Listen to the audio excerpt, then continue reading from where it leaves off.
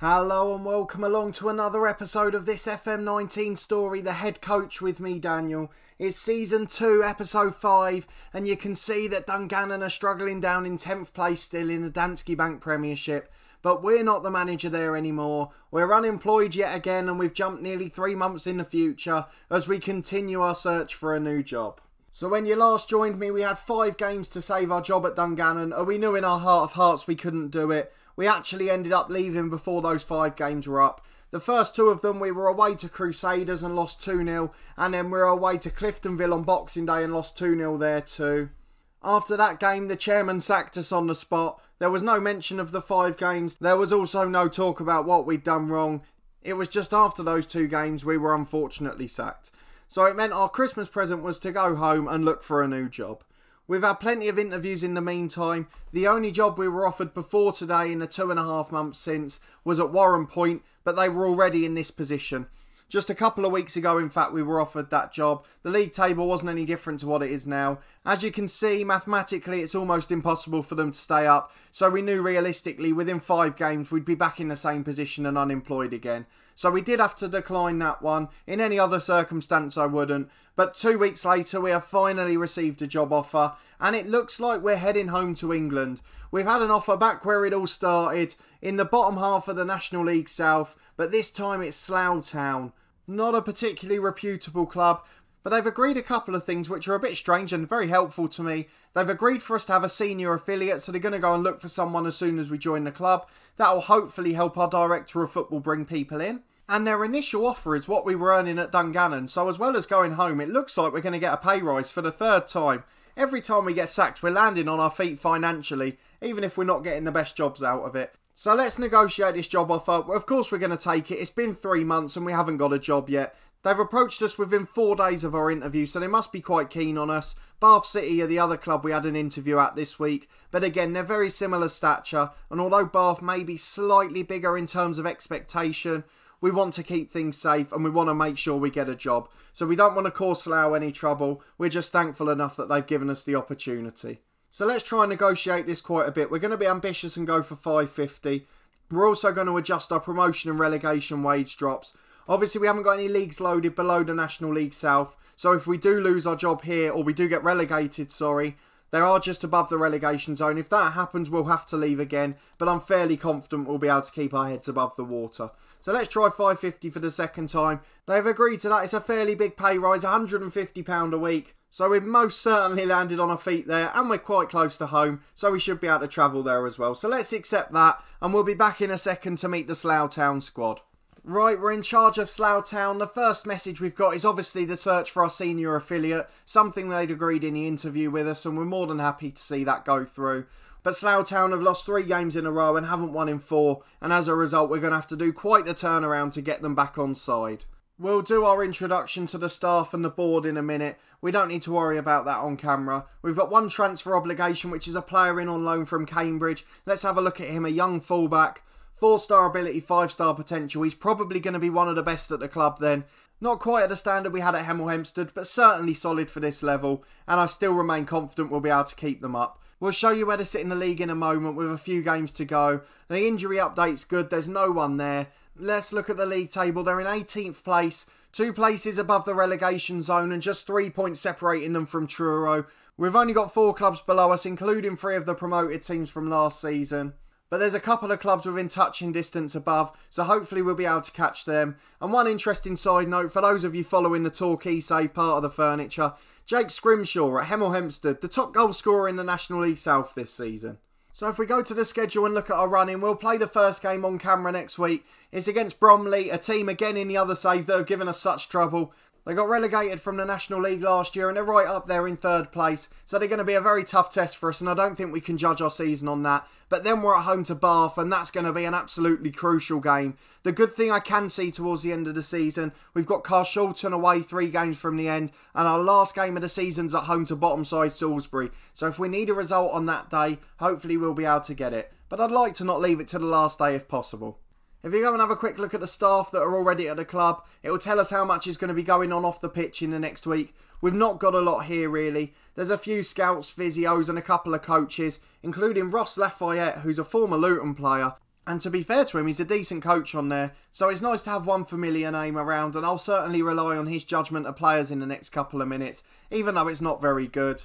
And we can see we're going to need a director of football, a head of youth development and an assistant manager, so we'll leave our chairman in charge of that and make sure we've got them all in the next week or two. If we go and have a look at the squad, it'll be the last thing we see before we move on to our first fixture. It's a fairly small squad by the looks of things there. If we put them in terms of Ross Lafayette's reports, we've got one very good goalkeeper and nothing else.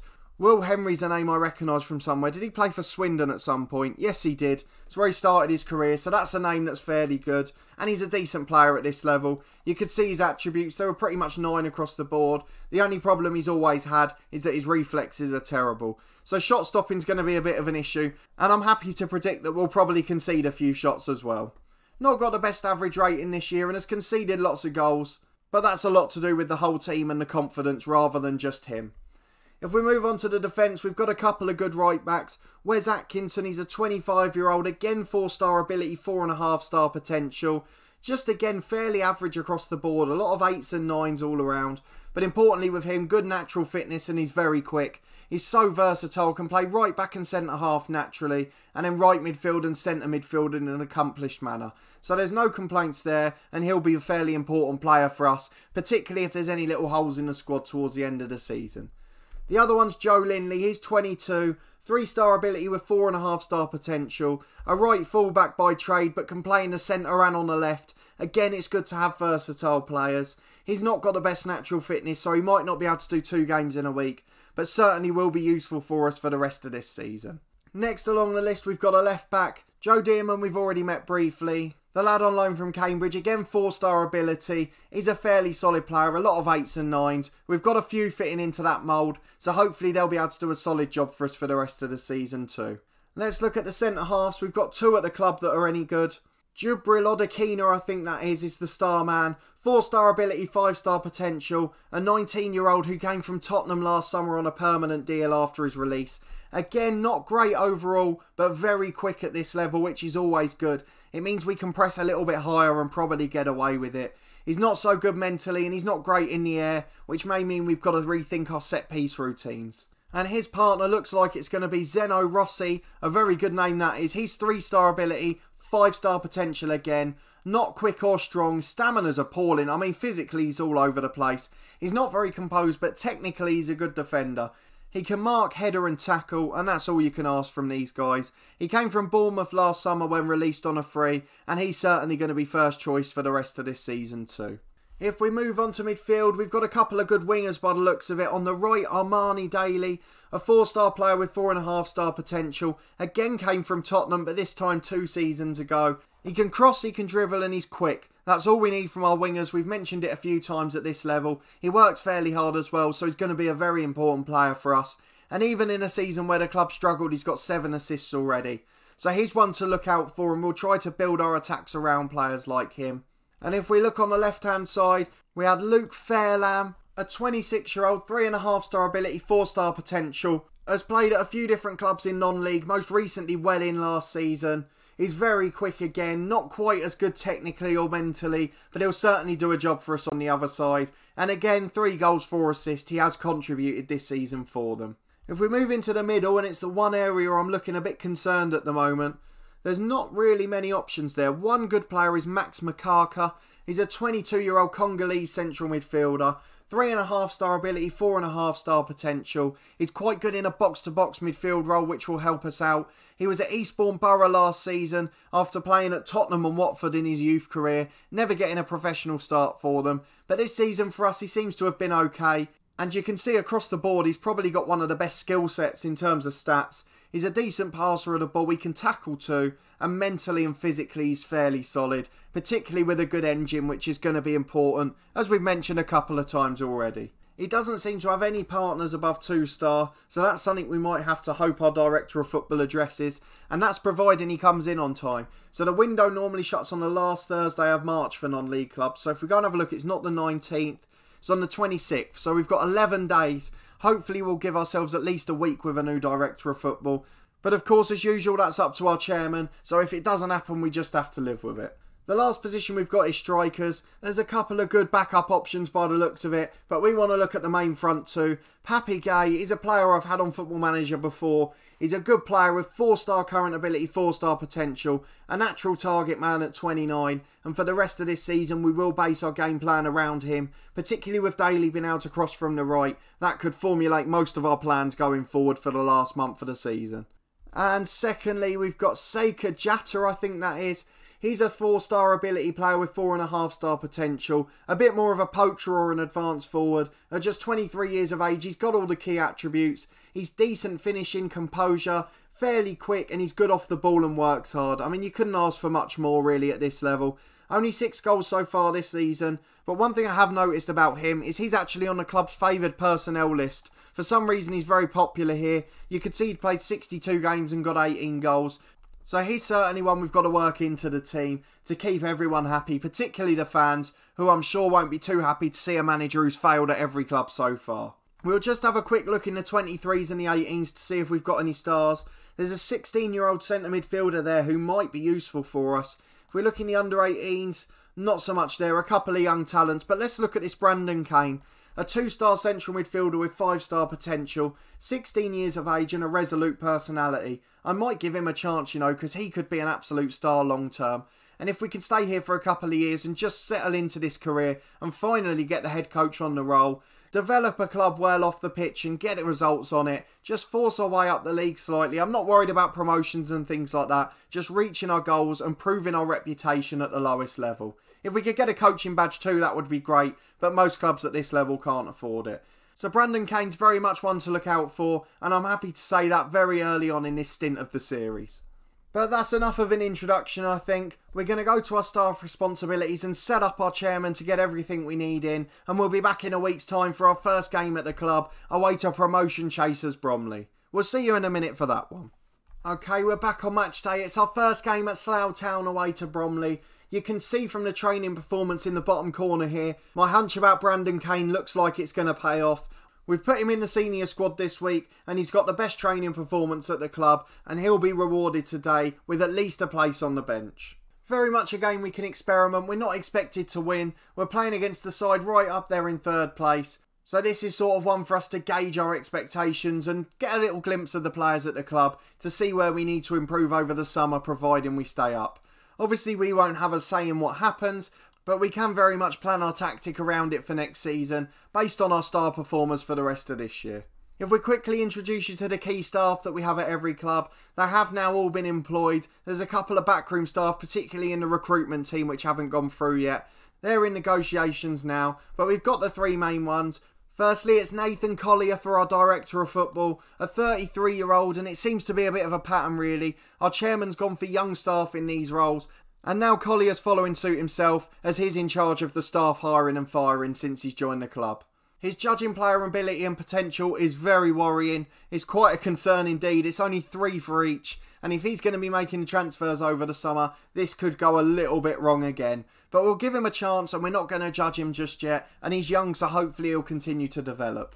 On to our assistant manager, which is Neil Sorville, a name I know quite well because he used to play for Crewe in the mid-2000s, and I'm pretty sure I used to play as them on either this game or FIFA when I was a teenager around then. He's slightly better for judging ability and potential, but more importantly, he's good off the pitch. He's got a fairly professional personality, he's determined and he's disciplined, and he's a decent motivator. He's not too bad working with youngsters, and he might be sufficient enough to help around on the training ground.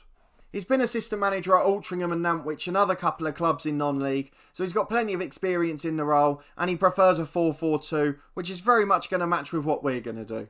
And lastly, we've got a head of youth development, probably the best of the 3, a 31-year-old Dave Winfield, a man who's been playing in the lower leagues for the last decade or so, and a name I recognised again from Football Manager, having had him as a player in a couple of previous editions of the game. He's brilliant at working with youngsters and has a decent judging player ability and potential for this level. He's very determined, very disciplined, and his personality matches that as well. So hopefully our youth intakes will be fairly good with him at the helm. He's also a fairly good coach, which may help us out too, particularly defensively, where the club's been leaking goals galore this season. No signings yet, bar a reserve goalkeeper who's not even worth mentioning, though there are a couple in progress at the moment in that key central midfield area, so we've got to say well done to whoever's doing that. There was one striker they tried to loan in. It looks like he was here last season as a player and then went on a free, but unfortunately that wasn't to be. So we go into this game with no additional signings or help at the moment. You can see we're heavy underdogs as expected. Bromley are in excellent form and there's almost no chance of us getting something out of this. But it's not too much of a worry in this game. It's from the next one onwards we really want to start finding form, where we play a crucial 6-pointer against Bath City. So let's look at the team and the tactic we've gone for today. It's very similar to the one we're playing with Torquay United in our other story part of the furniture. And the reason for that is because it's a very similar demographic of players, albeit at a slightly lower level. We're fairly good and quick at the back, so we can play a mid-term defensive line. The only thing that's holding it back a bit at the moment is Rossi, who's quite slow. In midfield, we've got two excellent wingers and not a lot of depth in the middle. You can see our best right-back, Wes Atkinson's actually covering in there at the moment, with a 16-year-old Brandon Kane on the bench. We've also got a big target man and a quality advance forward. So for us, it's all about getting crosses into the box after getting the ball out wide. So as a result, a lot of the tactic is the same to Torquay. The only difference is we're floating crosses in for the big target man rather than whipping them in low. And we've got a slightly lower line of engagement for our strikers, just because we haven't quite got the stamina and work rate across the board that we had at Torquay. And only being a semi-pro club, we're not able to train on that quite as much. But otherwise, it's all very similar, and we're not looking to control games or sit off too defensively. I don't think we've got the squad that can soak up pressure, particularly with a very young defence that's quite poor mentally. So we're going to stick it on a balanced mentality and hope that works out during the game. So the lineup for today probably doesn't give you many surprises. It's Henry in goal. We've got Dearman and Linley at fullback with Rossi and Okadina in the middle. Fairlamb's on the left with Daly on the right wing. Makaka and Atkinson in the middle. Gay and Jatta are the front two. Hopefully they'll be able to bag a goal or two for us. And Jatta as the favoured personnel will hopefully be inspired by the fans singing his name. The one thing I should show you about the squad so far is the dynamics. They're absolutely gutted I've been put in charge. Their managerial support's very low. I've actually got a low reputation compared to my players because it went back to the very start when I got sacked by Dungannon. And we're not influencing the players yet because we've only been here a few days. But Wes Atkinson's an influential player and he's in the lineup today, albeit out of position. So hopefully that will make a difference for us. Let's get into the game, and it very much would be the miracle of all miracles if we could get a result in this one. Bromley playing a 4-4-1-1. We're obviously with the more traditional 4-4-2. We're just going to encourage the lads because we don't know them well enough to say anything else, and we don't want to get on their wrong side just yet. They seem to not be big fans of us already, so we don't want to upset them too early on. A long ball forward by Bromley, which is headed away, and hopefully we'll be able to see out the early minutes without incident. Darcy on the edge to De Silva for Bromley. Warren on the edge unopposed to Sterling. Back to Warren again. His shot's blocked and it's knocked away. Wouldn't have been an ideal start, but we've intercepted with Daly now, and the clearance ends the highlight. And it's 0-0 with just a few minutes on the clock. We're very much keeping an eye on results below us at the moment, as Fairland puts a free kick just wide. We need to make sure that those bottom 3 or 4 aren't catching up with us, so let's make sure the table view's showing us what's actually important. We've got Dorkin and Truro just behind us. Carshalton are the only other ones that can catch us reasonably. We've gone above Eastbourne as they go behind at Bath City. Daly's got the ball on the right wing to Linley. What a ball in that is! And Jatta, the popular man at the club, the favoured person, has put it over the bar from 4 yards. I don't think we're going to get a better chance than that. He has missed an absolute sitter there. Sterling on the left for Bromley gets it inside to Darcy. Darcy out to Rowling and now Brown on the right wing. We've got a warning to close him down, but Okadina clears that first clearance. The ball comes across the box. Daly gets it away again to Warren, and they're bringing it forward again quickly. We're going to get those instructions on early doors. Sterling gets the ball to Warren on the edge of the box, who shoots. It's blocked again. Brown on the right-hand side back to Rowling. Rowling's got so much time. We're not really pressing that high. Warren finds De Silva on the edge, and we've just got to try and hold on now. Henry tips it behind again when it looked a fairly tame effort, but it's a corner kick, and yet again we're doing some holding on. De Silva with the outswinger into Spratt, knocked down, but thankfully we managed to get it away, and it's going to roll out for a throw-in around the halfway line. We were keeping an eye on Dorkin's result. It looks like they're behind, so that's good news for us. Sterling's got the ball to Warren on halfway. Bromley have had the better of this game. I was going to say they haven't created too many clear-cut chances yet, but they were coming forward again then, and they won't want to jinx it. So De Silva gets it back to Darcy into De Silva again. His shot's blocked and it's gone out to the right hand side to Rowling. Darcy into Warren again, who seems to be running the show for them. De Silva back to Darcy and out to the right hand side. If we could get a point today, it'd be such a confidence boost, but we're just defending so deep that I can't see it coming. Brown's got the ball on the right and it's blocked to Makaka. Long ball over the top to Jatta, and if he can find the target man, we might be in here.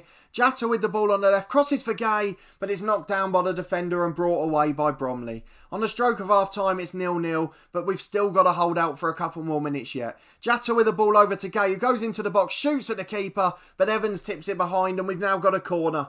Can we make the most of it? Just 1 minute plus stoppage time to go. Dearman with the in-swing at the left back, up towards Okadina, the centre half, but he's lost out in the air and it's cleared away. But it is going to be half-time any second now, and we've done very well to go into the break at 0-0. There it is then, half-time. Not much to speak about, a fairly dull first half, and we'll very much take that in a second. I know it's not particularly exciting, but these last 8 games are just about doing a job. We need to make sure we stay in this division, keep ourselves at Slough Town, and then we can build a proper side next year and start to gamble a little bit more. Atkinson with the ball for the kick-off, but it's absolutely aimless. There doesn't seem to be much cohesion in terms of passing the ball to a teammate, as Pike gets on the end of a cross for Bromley, but Henry makes a very good save down to his right-hand side. We've got another free kick 30 yards out with Fairlam, but it's gone just wide of the post, and in truth the keeper had it covered. And with 5 minutes gone in the second half, it's 0-0, but it's Bromley with an attacking corner here. Brown tried to get on the end of it. It seemed to go behind everyone, which was a bit strange. We've won it back there, and Atkinson's clearance finds absolutely no one. He's really struggling out of position in central midfield there, so he might not make it through this game. A great challenge by the right back Lindley, and it's cleared long again, but we seem to be giving the ball away in the middle too much. Considering we're playing with wing play, they seem to be aiming down the middle an awful lot, and the wingers aren't really contributing a great deal to the game. Spratt gets the ball inside to Warren and Sterling. De Silva back to Warren again on the edge. A good block by Okadina, who seems to be a star man at the back, but they've got possession again on the right hand side to Warren. 25 yards out, and Henry's reflexes come back to haunt us. He makes an absolute meal of a shot that's straight at him, and Pike on the rebound manages to tap it in. I hope that's not Kyle Pike. It is by the looks of it. He's far too good for this level, and as a result, we're 1-0 down. But Jatta's on the counter-attack for us now into the box. Goes for the shot, but it's straight at Evans, and their keeper manages to hold the ball that was straight at him. And that's the difference between the two sides at the moment. Just on to the hour mark, De Silva with the corner in, Pike loses out in the air, Brown with the volley for Bromley, but it's just over the bar and we managed to survive at 1 for now. We'll very much get to the substitutions in a second as that free kick goes over. We need to get Atkinson off because he's really struggling in the centre of midfield. We'll bring on Brandon Kane, the youngster who deserves a run out. I think he can play in central midfield okay, and we'll push him up to support just to try and get back into the game. We're not going to make any other changes at the moment because none of our subs are as good as the first team, quite simply. So we'll just see if this 11 can make the difference for us. We're getting loads of warnings about Kyle Pike. If we go and have a look at him, I mean, look at that standard there. He's clearly a top National League, maybe even a League 2 player. He was playing first team for Wrexham last year and has somehow ended up down at Bromley. I'm not quite sure how that's happened, but in the games he has played this season, he scored goals for them. Lindley on the right with a throwing that comes straight back to him. McCarker's been challenged too easily and we've got to sort out that middle of the pitch. I need one of those two to go through that our director of football's trying to bring in, or we're going to be in big trouble at the end of this season. The long balls are aimless and there's no real cohesion about the team. We seem to be giving the ball away too easily, and if we can sort that out we might be a decent side. As Bromley get in again down the inside left, but thankfully it's saved by the keeper and it remains 1-0. But they've got another free kick now which we block. It's out for a throw-in on their right hand side, but it's very much a clinging on job now and we don't look like getting back into the game at all. Evans with the long ball up, which Kane wins the header. Gay gets the ball to Jatta. Jatta's running at the defence again, goes for a wild effort, and it's about 15 yards wide of the post and comfortably out for a goal kick to Bromley. They're bringing it forward on the left again now with Warren, who's absolutely run the game. De Silva goes for the shot off the post. Henry didn't even move, just like the first goal where it hit him and came back out for Pike. And if that's the only thing that loses us the game, it's not been too bad. We need to make some subs with a few minutes to go. Fairlam struggling for fitness on the left, and we did get a warning to just play him for 75 minutes. So we'll bring Luke Rowe on the left wing, even though he's naturally a left back. And we'll do the same on the right. Daly struggling a bit. He's not had the best game overall, so we'll get Warren Davis on for him. Into the last 8 minutes then, we're going all out attack after this highlight. De Silva gets the ball out to the left to Jake Howes. Howes gets the ball across the box, which Dearman heads away, and Rowe's going to chase it down but not quite get there. Brown on the right hand side for Bromley. It's blocked again across. The lads are working really hard. They're doing quite a good job defensively, and they have just been cost by a goalkeeping error. But unfortunately, going forward, we don't have that threat, and we just don't keep the ball well enough, and we're not following the tactical plan, which it will take a while to get used to. De Silva has a shot from 8 yards. It's a good save by Henry, but unfortunately that's come a bit too late for us after he made a meal of the first one. You can see Bromley have dominated possession and the shots, but we fought so hard against the team that are expected to go up. If we go to attacking for the last few minutes and just see if we can nick something out of the game, just a bounce, a deflection or a bit of magic, which will hopefully nick us a point. We have got a corner now with 3 minutes to go. Dearman to the back post. Okadina heads it down, but the keeper's first to it as usual. And we continue to struggle. We're still not creating clear-cut chances. I think that's been the problem all game. The chances haven't been great, with the exception possibly of that one for Jatta where he missed an absolute sitter. Howes on the left now into Waring. He's 2-0. We'll go back to standard to avoid us getting embarrassed in the last few minutes. But unfortunately, that is going to be it for our first game. We are going to go away empty-handed. You have to say Bromley have been the better side, but we have fought very hard. And unfortunately, we've just not quite had enough quality to compete with a top 3 side. Kane with a free kick, the youngster, which is straight at the keeper. And with 30 seconds to go, we're just seeing out time now, really. If we can get one of those central midfielders in, I would be optimistic, as that was the one area we really struggled and got overrun. But we've got to work better on the distribution to get the ball wide. But hopefully a good playmaking midfielder can do that. It's a 2-0 defeat. We're not going to be too disappointed with them. We will say the performance wasn't great. But to be honest, it was what we expected. And they worked hard even though they weren't at their best, which at least is an encouraging sign. Unfortunately, Eastbourne won 5-4 at Bath. Carshalton were held at home to Salisbury, which is about the best we could have hoped for. And the other two teams down there, Dorking Wanderers lost 5-0 and Truro lost 5 as well at Dartford. We'll quickly look at what they've said about the game. They coasted past us. They were the better side, there's no doubts about that. But we did give Kane his professional debut, which is a really good thing to see. The supporters are happy with that because we're giving youth a chance. He did come through at Slough. He hasn't come down from another club. So he must have come with the youth intake just before we joined the club, which is really nice for him. And hopefully he'll feature a bit more towards the end of the season as well. If we go and have a look at the schedule, it's a bit hard to tell when we're going to come back at the moment because we don't really know what the big games are going to be yet. We'll play Bath and a couple of games after that off camera. I think it's the last 3 games that are going to be the important ones. We've got Carshalton 3 games from the end. Dartford are the penultimate game of the season before we play Salisbury in the last one. But we will definitely be back for that Carshalton game if nothing else. And then we'll make the rest of our plans from there. Hopefully we'll get a couple of signings in before next week, before the deadline, including one of those central midfielders. But of course, as usual, that's up to our Director of Football, Chairman, and all our other associated staff, as we continue to have no say in transfers or contracts in the head coach. But that will be all for this episode. Let me know what you think of the new club down in the comments. I'm pretty sure that I've landed on my feet here considering the 2 clubs I've had before. It seems each time we're managing to get a pay rise and a comparable reputation club, even though we keep losing our job for apparently underperforming. Although at Dungannon, as I said, I saw it coming because we hadn't really invested in the squad at all. Let me know what you think of the new squad and what you think our Director of Football should be looking at as a priority. And where do you think we're going to finish this season? Do you think we're going to be safe? If you did enjoy the video, please put a thumbs up on it. Subscribe to the channel for daily FM19 content from this head coach series with Slough Town now our 3rd club of the series so far, even though we're only in season 2. As well as my other FM19 story, part of the furniture, the One Club Challenge where we're a bit more stable at Torquay United. But a massive thanks for watching this episode as always, and we'll see you next time.